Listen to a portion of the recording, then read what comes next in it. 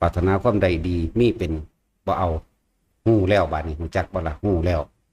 หู้ด้วยตนเองนั่นแหละถ้าเฮาเริ่มให้ทานหรือว่าการให้ความช่วยเหลือบุคคลผู้ใดผู้หนึ่ง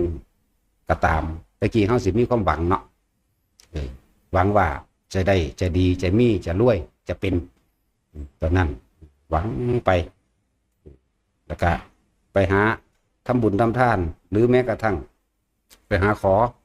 เอาจากสิ่งศักดิ์สิทธิ์ทั้งหลายเฮาก็รู้โดยประสบการณ์เฮาเองแหละไปก็ดีความจริงของไผของมันนั่นล่ะ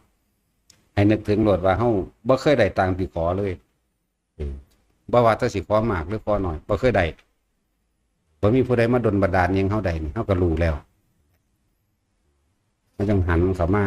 บ่หวังผลในทานบ่มีจิตบ่มีความคิดผูกพันในผลในทานว่าอยากได้นั่นอยากเป็นนี่ดอกบาง